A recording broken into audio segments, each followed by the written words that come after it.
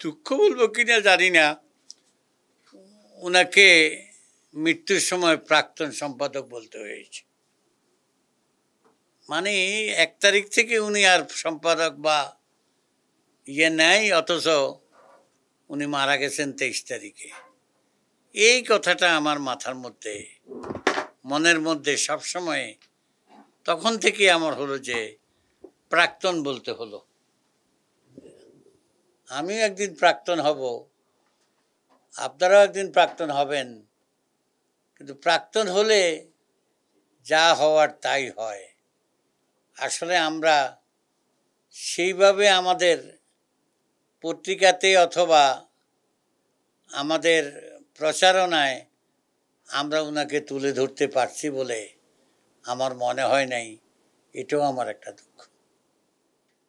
আমি বাবর ভাইকে রিং করে বলছি, বাবর ভাই আমি অসুস্থ, কাভারেজটা যেন ভালো হয়। এবার বাবর ভাই বলবেন কতটুকুন কাভারেজ হয়েছে। আসলে আমরা খুব কাভারেজ দিতে পারিনি, মানে একটুখানি দিয়েই আমার মনে হয় তার চেয়ে অন্য পত্রিকা আরও ভালো কাভারেজ দিয়েছে। হাওবার আমি সেখানে যাচ্ছি না, আপনারা শুধু মনে করবেন আমি মনে করাই দিই, আমাদের সবাইকেই একসময় প্রাক্তন হতে হবে, ইনক্লুডিং শামসুল হুদা। তাই এই কথা যেন সবাই স্মরণ রাখে যে আমরাও একদিন প্রাক্তন হব, এবং যাতে মূল্যায়নটা ওইভাবে না হয়, যাতে সঠিকভাবে মূল্যায়নটা হয়, সেটাই আমরা খেয়াল রাখব। আলমগীর মহিউদ্দিন ভাইকে আমি নয়া দিগন্তে আসার আগে আর জানিনি, কিন্তু নয়া দিগন্তে আসার পর থেকে আমার মনে হয় উনি আমার সবচেয়ে বেশি কাছের লোক ছিলেন।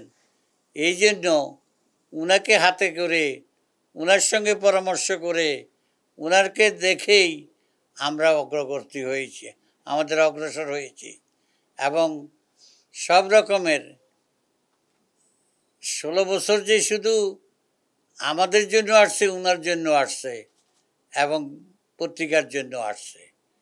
23 বছরের 22 বছরের পত্রিকা 2003 সালে আমরা শুরু করেছি, আজকে 2025, এই 23 বছরের পত্রিকা, 22 বছরের পত্রিকা আমরা উনাকে সাথে করেই সবাই, আজ পর্যন্ত এমন কোনো লোক পাওয়া যায় নাই যে উনাকে খারাপ বলেছেন বা ওনার সম্পর্কে কোনো মন্তব্য করেছেন বা ওনাকে।